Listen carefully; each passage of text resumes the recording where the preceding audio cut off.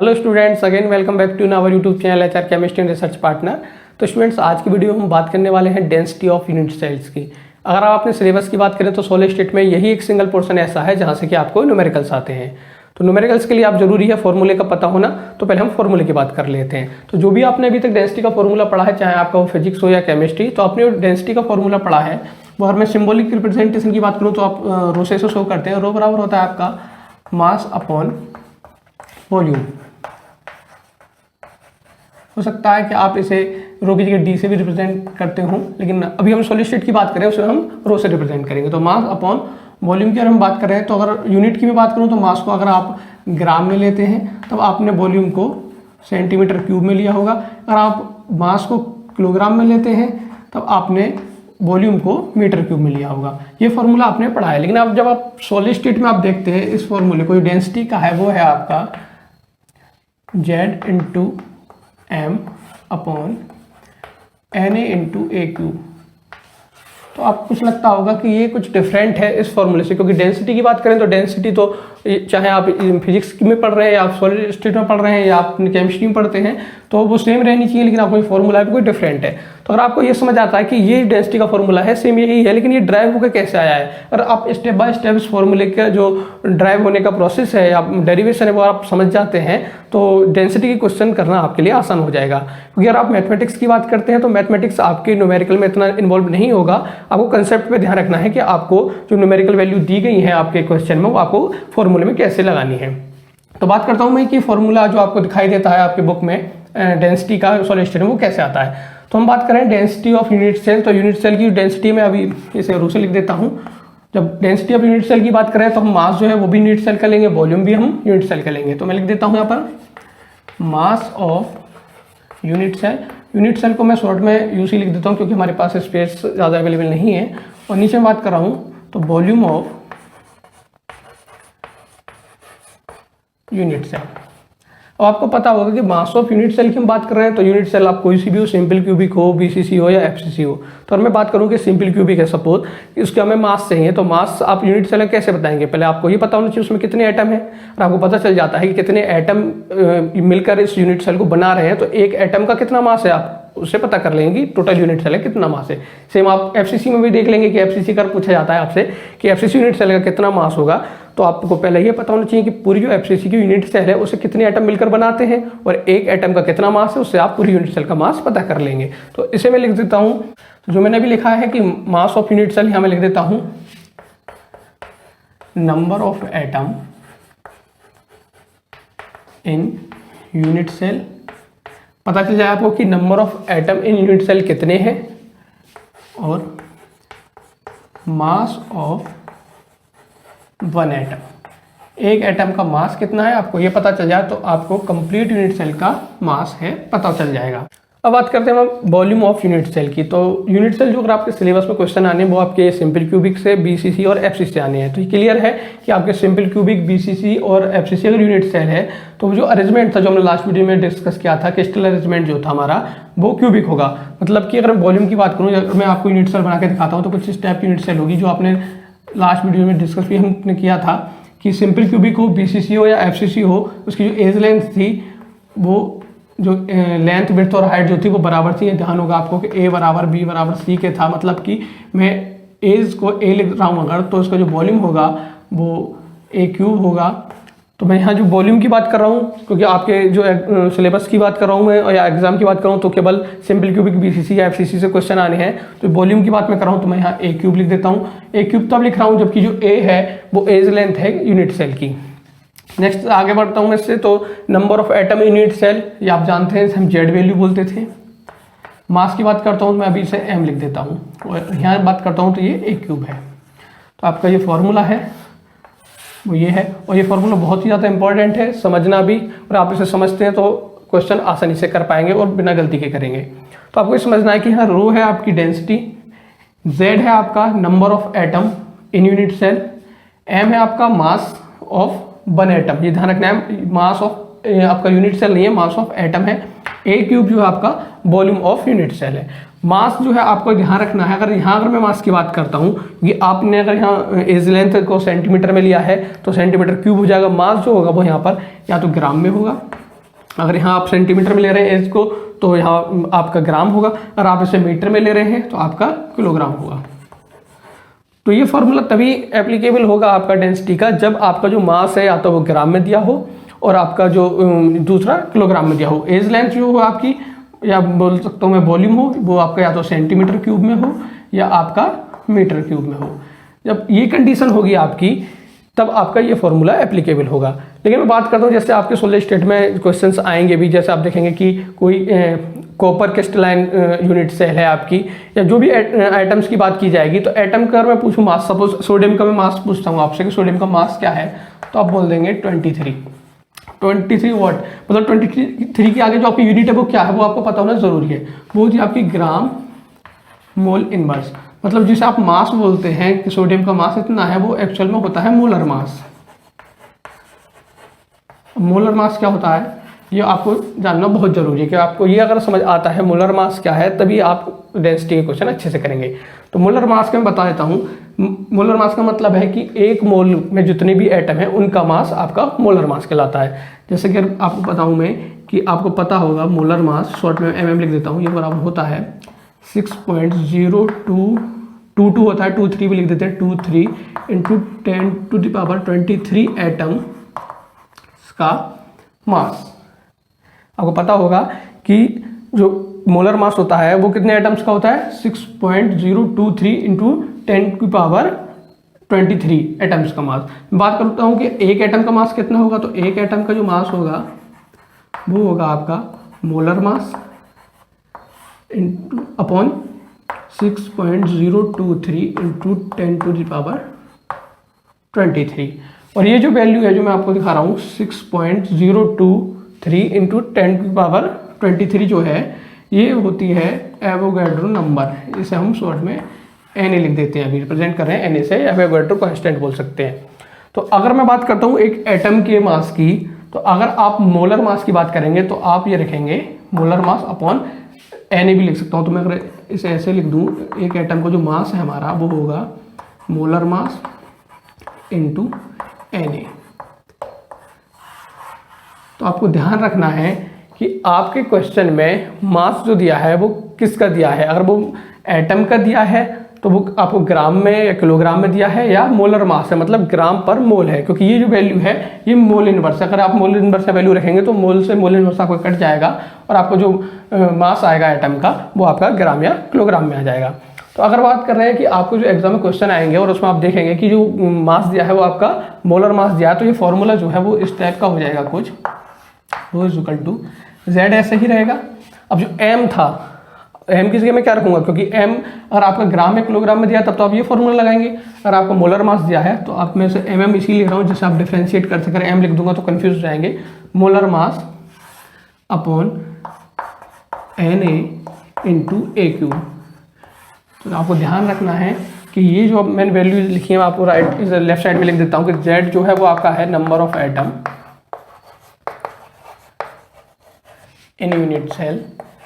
ये आप अच्छे से जानते हैं कि Z वैल्यू जो आपकी सिंपल क्यूबिक के लिए होगी 1 होगी, BCC के लिए 2 होगी और FCC के लिए 4 होगी। बात करते हैं हम A की। तो A जो है आपका एज लेंथ है। आपको यूनिट का काफ़ी ध्यान रखना है कि यूनिट कन्वर्जन इसमें यूज होते हैं। Z हो गया है आपका, Na की मैं बात कर रहा हूँ, Na है आपका एवोगैड्रो नंबर, इसकी वैल्यू आपको पता है 6.023 इंटू 10⁻23।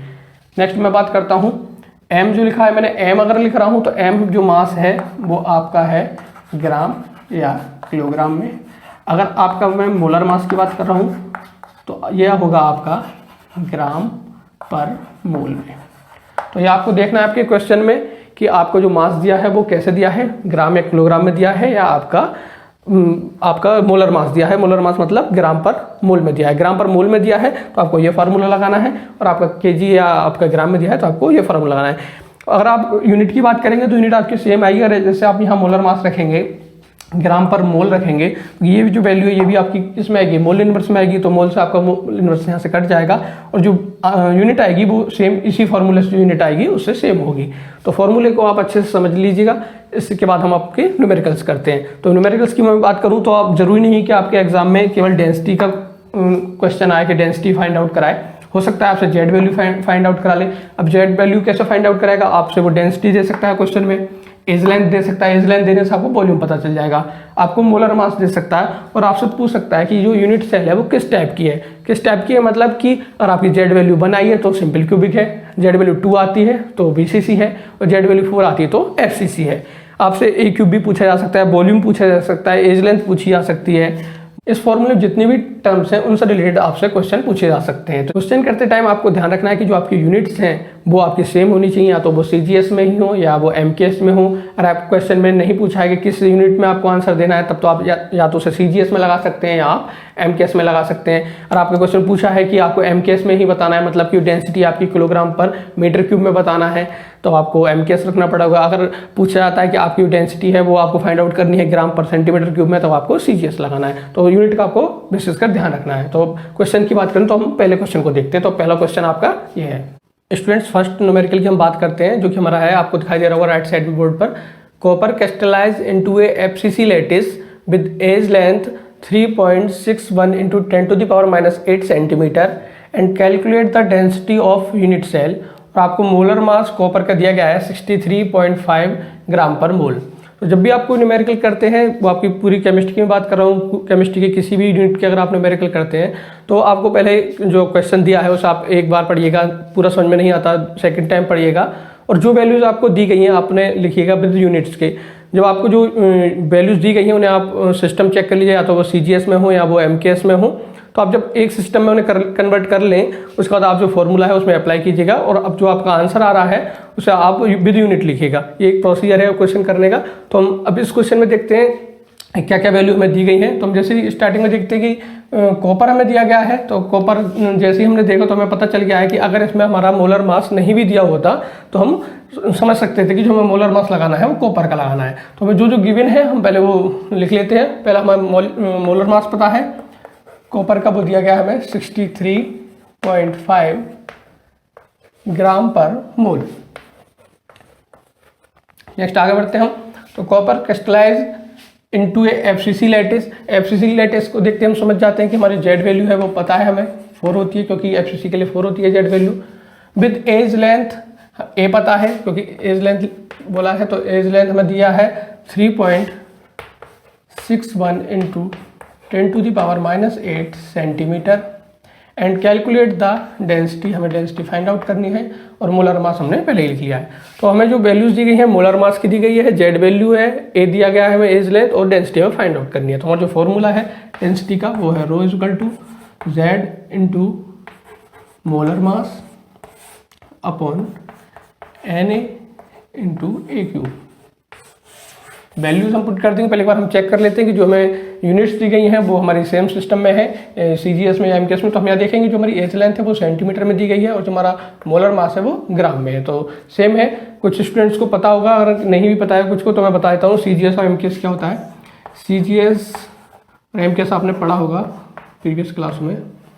तो सीजीएस की मैं बात करूँ तो सी से होता है आपका सेंटीमीटर, जी से होता है आपका ग्राम, और एस जो है वो टाइम का है, वो होता है सेकंड। तो इसमें आपकी लेंथ, वेट और सेकंड की बात, टाइम की बात की जाती है। लास्ट में बात करता हूँ मैं एमकेएस की। तो जो लेंथ होती है वो आपकी इसमें मीटर में होती है, और बात करता हूँ वेट की तो वो होता है आपका किलोग्राम में, और टाइम की बात करें तो यहाँ भी होता है सेकेंड में। तो आपका टाइम चाहे सीजीएस हो या एमकेएस हो, दोनों में सेकंड रहता है। सीजीएस में आपको पता है सेंटीमीटर, ग्राम और सेकंड होता है, एमकेएस में आपका मीटर, किलोग्राम और सेकंड होता है। तो हमें दिख रहा है कि हमारा जो है वो ये यूनिट जो दी गई है वो सीजीएस में है। तो हम फॉर्मूला अप्लाई करते हैं। तो हम वैल्यू रखेंगे, जेड की वैल्यू हमारे पास है 4 इंटू मोलर मास हमारे पास 63.5 ग्राम पर मोल।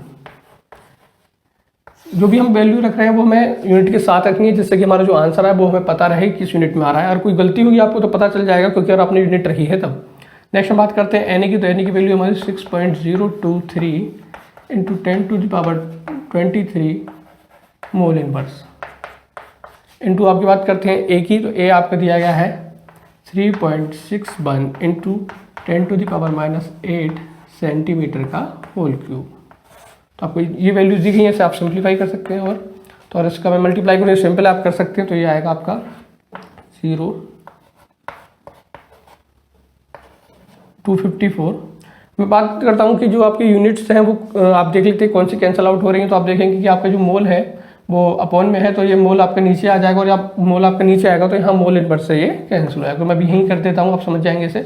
ऊपर जो आपका बचता है वो बचता है ग्राम, नीचे की बात करते हैं आप तो आपका यहाँ से बचता है 6.023 इंटू 10⁻23 मल्टीप्लाई, इसे मैं थोड़ा सिंप्लीफाई करता हूँ 3.61 की पावर होल 3 कर देता हूँ इंटू, इसे जब करूँगा आप देख रहे हैं कि इसकी पावर 3 है तो 10⁻⁸ पहले से ही था और इसकी भी 3 है, तो ये हो जाएगा 10⁻24 इंटू जो आपका चल रहा है वो सेंटीमीटर क्यूब में है। तो यहाँ से क्लियर है कि जो आपका आंसर आएगा, यहाँ से आपका ग्राम मिल रहा है, यहाँ से आपको सेंटीमीटर क्यूब मिल रहा है, तो जो आपकी डेंसिटी आएगी वो आपकी ग्राम पर सेंटीमीटर क्यूब में आएगी।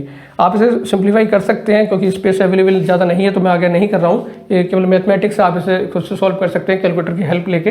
तो ये मैं बता रहा हूँ कि जो भी आंसर आएगा वो मैं यूनिट क्लियर है पहले से, वो आएगी ग्राम पर सेंटीमीटर क्यूब। जो भी आंसर है आप इसे फाइंड आउट कर लीजिएगा, खुद से कैलकुलेट कर लेंगे और जो भी आंसर है आप यहाँ पर लिख सकते हैं। तो कोई भी क्वेश्चन है आप पहले उसकी वैल्यूज को लिखेंगे विद यूनिट, और फॉर्मूले में जब अप्लाई करेंगे आप तब भी आप यूनिट के साथ करेंगे। जो भी आपकी यूनिट कैंसिल आउट होती है उन्हें आप कैंसिल आउट कर देंगे और जो बचता है उससे आपको पता चल जाएगा कि जो आंसर आ रहा है आपका किस यूनिट में आ रहा है। तो बात करते हैं हम नेक्स्ट क्वेश्चन की।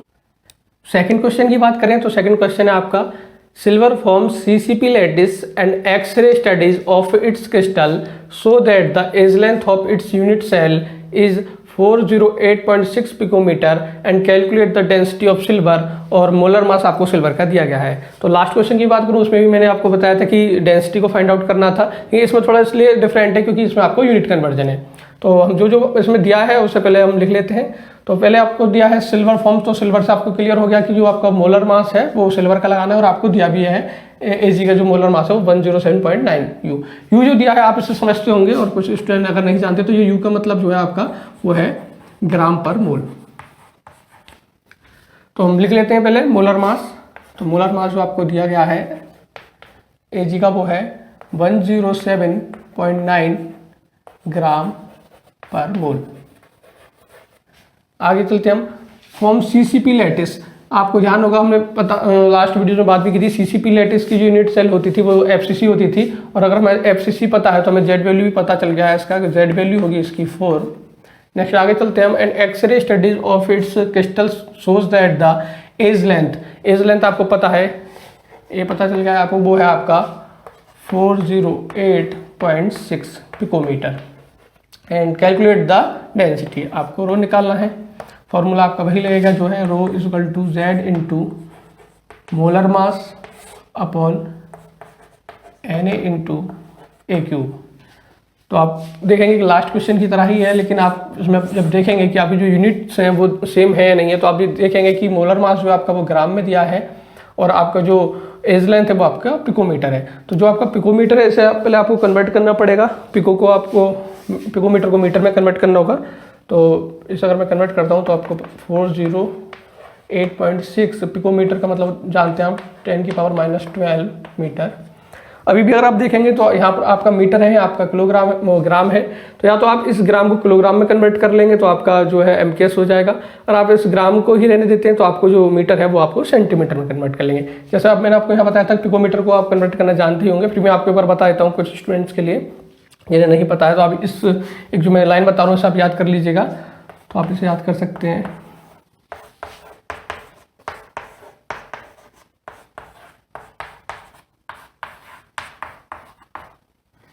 मैं जो लिख रहा हूँ आप इसे एक बार देख लीजिएगा।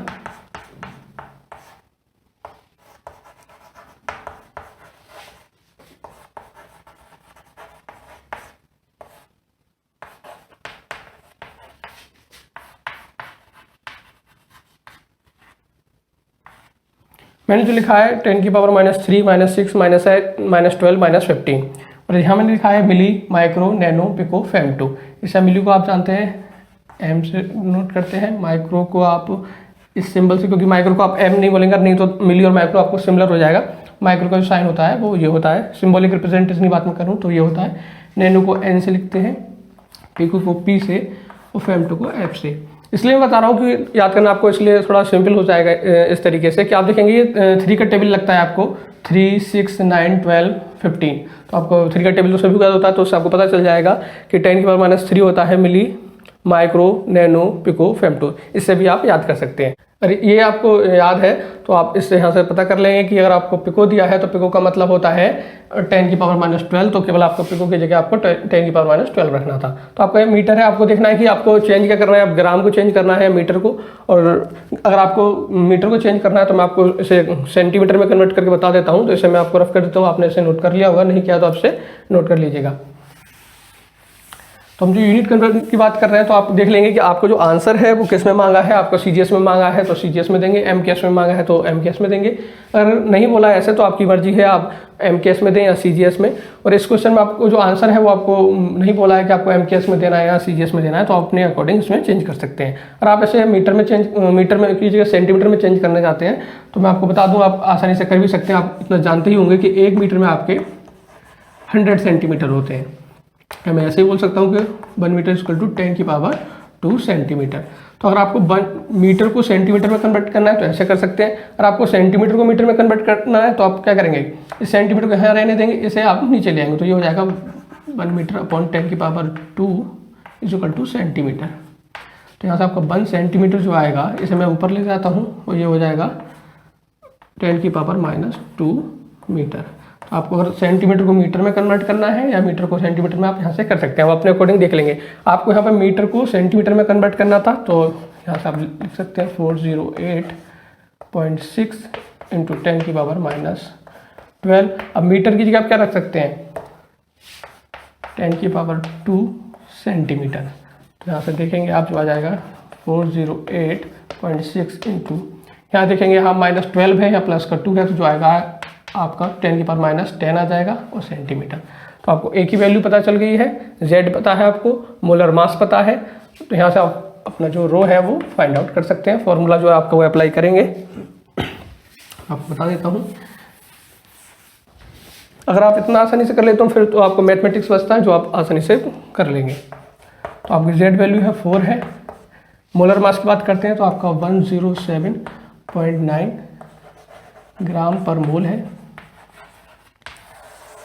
बात करते हैं आप Na वैल्यू की तो आपको पता ही है 6.023 इंटू 10⁻23 मोल इनवर्स इंटू आपकी, जब ए की वैल्यू की बात करते हैं तो आपको पता है ए वैल्यू आपकी 408.6 इंटू 10⁻10 जो आपका सेंटीमीटर में है का होल क्यूब।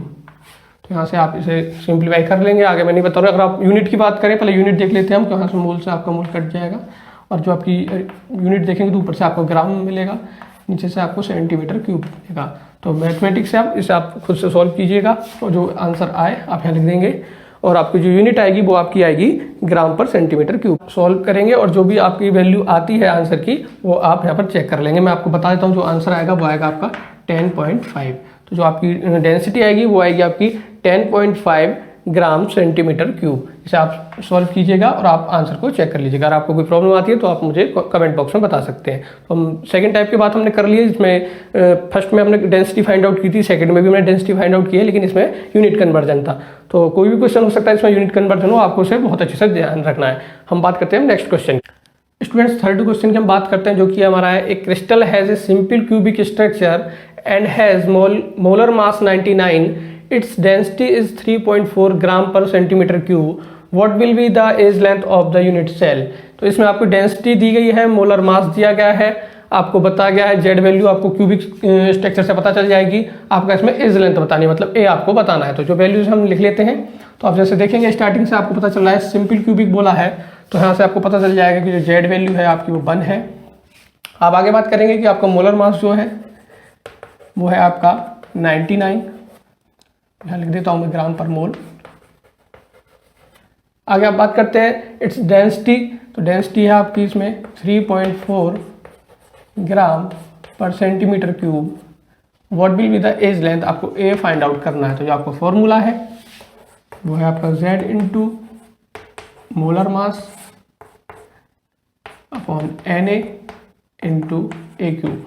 तो आपको ए क्यूब फाइंड आउट करना है पहले, तभी आप फाइंड आउट कर पाएंगे जब आपको ए क्यूब पता हो। तो ए क्यूब यहाँ से अगर आप देखेंगे तो आपको ए क्यूब मिलेगा Z into molar mass upon Na into density. यहाँ से आपको जब ए क्यूब मिल जाएगा तो उससे आप ए भी फाइंड आउट कर लेंगे। तो हम वैल्यू रखते हैं, तो आपको ए क्यूब इक्वल टू होगा Z की वैल्यू आपके पास 1 इंटू मोलर मास है आपका 99 ग्राम पर मोल।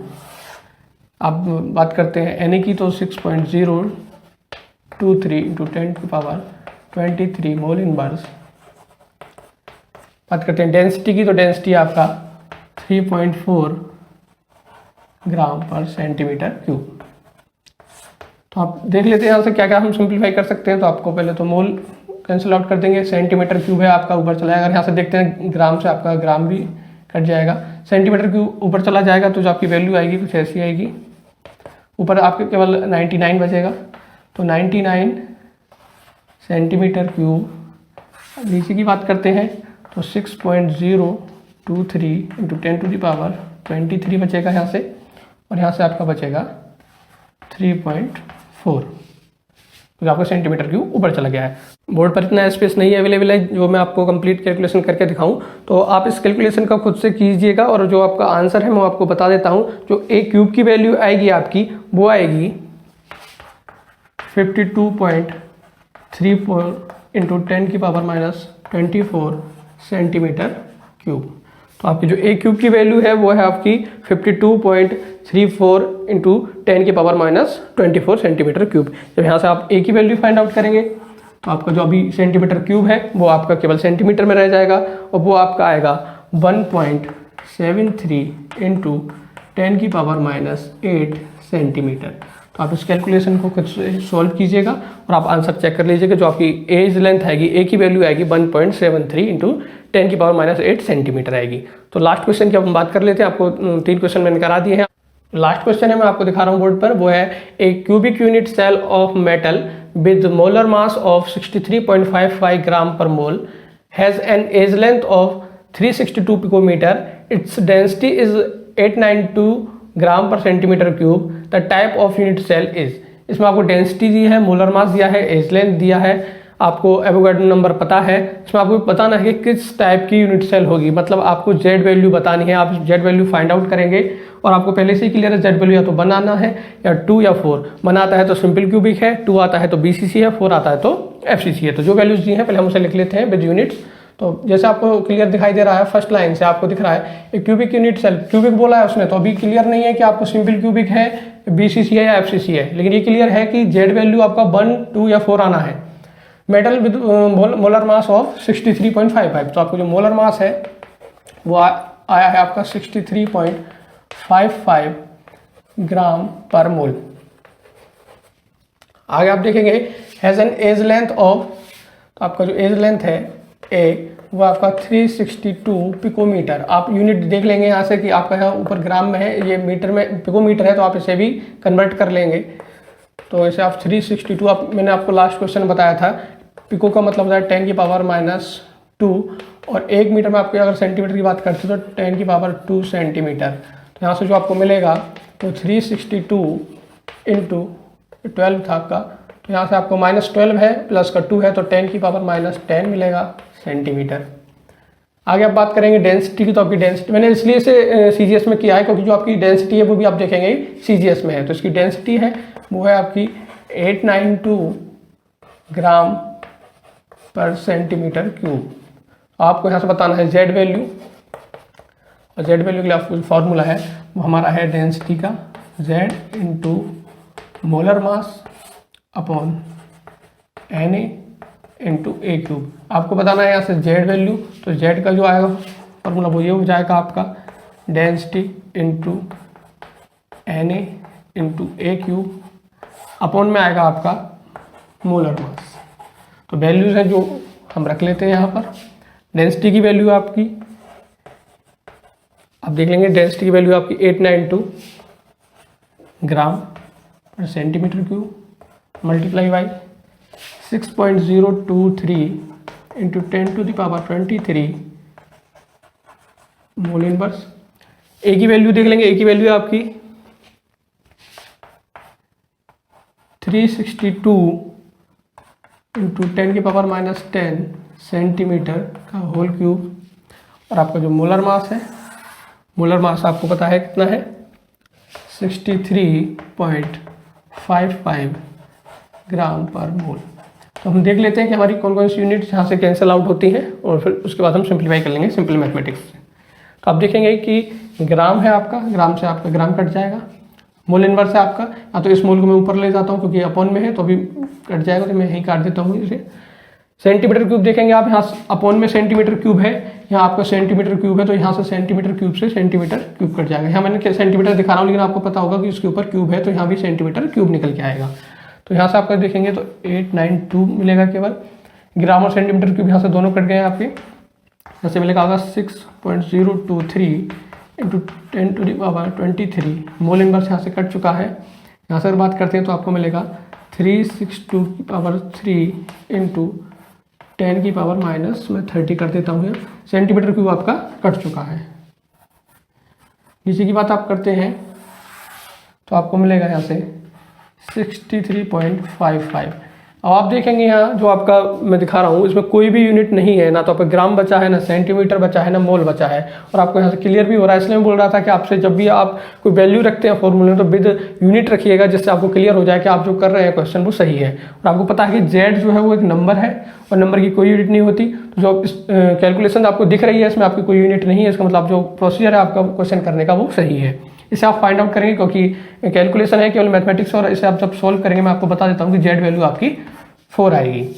इस कैलकुलेशन को आप सोल्व करेंगे तो 4 आएगा, आप इसे चेक कर सकते हैं एक बार। तो जेड वैल्यू 4 आई है, तो जो आपका आंसर है वो आप ये नहीं है कि जेड वैल्यू आपकी 4 आएगी तो आप 4 आंसर बोल देंगे। आपको पूछा था कि जो कौन सा टाइप है यूनिट सेल का, और जेड वैल्यू 4 आने से आपको पता है कि जेड वैल्यू 4 किसकी होती है, एफसीसी की। तो जो आपका आंसर होगा वो होगा एफसीसी। यह ध्यान रखना है आपको, 4 आंसर नहीं है आपका आंसर है एफसीसी, क्योंकि आपसे पूछा है कौन से टाइप की आपकी यूनिट सेल है। तो मैंने कुछ क्वेश्चन आपको करा दिए हैं, सारे क्वेश्चन मैं नहीं करा सकता प्रीवियस ईयर के भी आपके, तो आप खुद से कीजिएगा क्वेश्चन जितने भी आपके प्रीवियस ईयर के हैं, आपके बुक में जो भी दिए हैं एनसीईआरटीज़ के। और कोई प्रॉब्लम होती है तो आप मुझे कमेंट बॉक्स में बता सकते हैं। और मिलते हैं नेक्स्ट वीडियो में। Thanks for watching.